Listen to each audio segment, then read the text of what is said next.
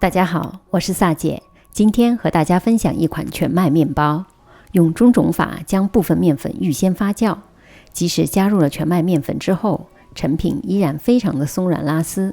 黑糖和全麦的完美搭配，可以很好的把全麦的香味带出来。先来制作中种面团，用了 70% 的高筋面粉进行预先发酵，碗里加入了高筋面粉、干酵母，一边倒入牛奶，一边搅拌，直到见不到干粉。下手揉一下。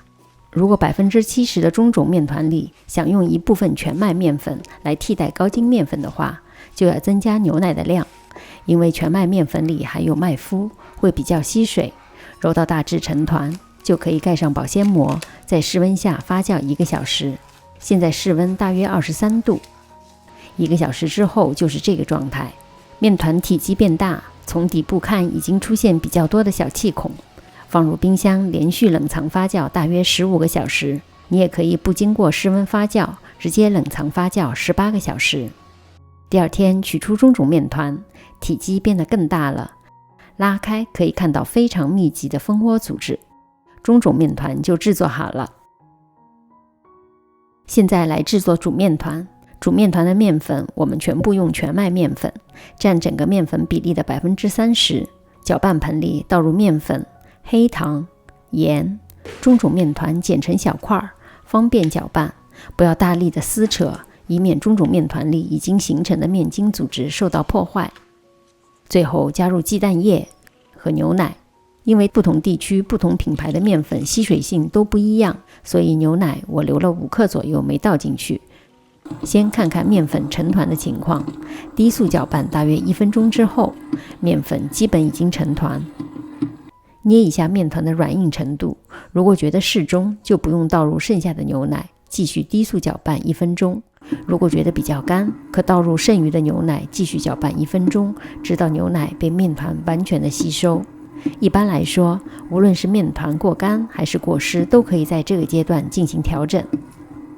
调成中速，由于中种面团已经形成了一定的面筋，大约揉5到6分钟，整个面团就完全不沾底了。有很好的柔韧性，拉开的膜也会比较薄，继续拉开就会出现带锯齿边缘的破洞，这时就可以加入软化的黄油，继续中速搅拌。黄油和面团在最初搅拌的时候很容易粘在盆壁或者底部，需要不时的用刮刀来刮干净。揉了5分钟左右，面团摸上去又软又有延展性。取一小块做个手套膜测试，可以拉到很薄的手套膜，手指捅破的话，洞的边缘也是非常的光滑。吐司手套膜做到这个程度是最好的。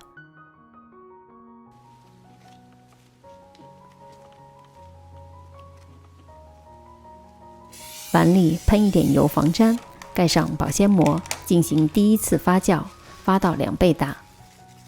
发酵好的面团手感特别的轻盈。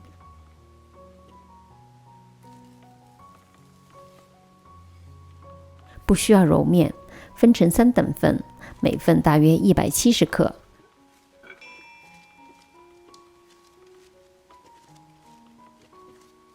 滚圆的同时也不断的排气。面团表面变得很光滑，盖上保鲜膜，松弛15分钟。取一块面团，光滑面朝下，拍打排气。正确的排气可以把面团里原本形成的面筋网络得到重组，然后在最后发酵的时候继续膨胀。如果不正确的排气，比如用力的搓揉，会把面筋的网络破坏。这就是为什么有些面团第一次发酵发得很好，但是第2次发酵就怎么也发不起来的原因。拍打面团的时候，可以听到气泡破裂的声音，两边向中间对折。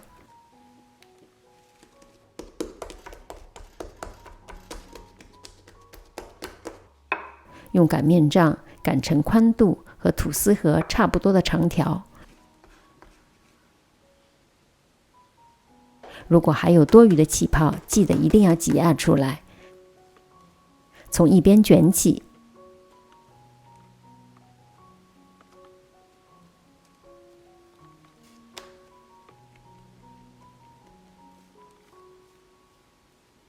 封口朝下，侧面看大约有2圈半的样子。吐司盒喷油防粘，放入面团，3个面团之间留一点空间。烤箱里放1碗热水，设35度左右，湿度在 75% 到 85% 之间，可以喷点水让湿度提高。有些面团2发发不起来，湿度不够，造成面团表面形成一层薄薄的硬膜，也会影响面团的膨胀。大约1个多小时，面团发酵到9到10分满即可取出。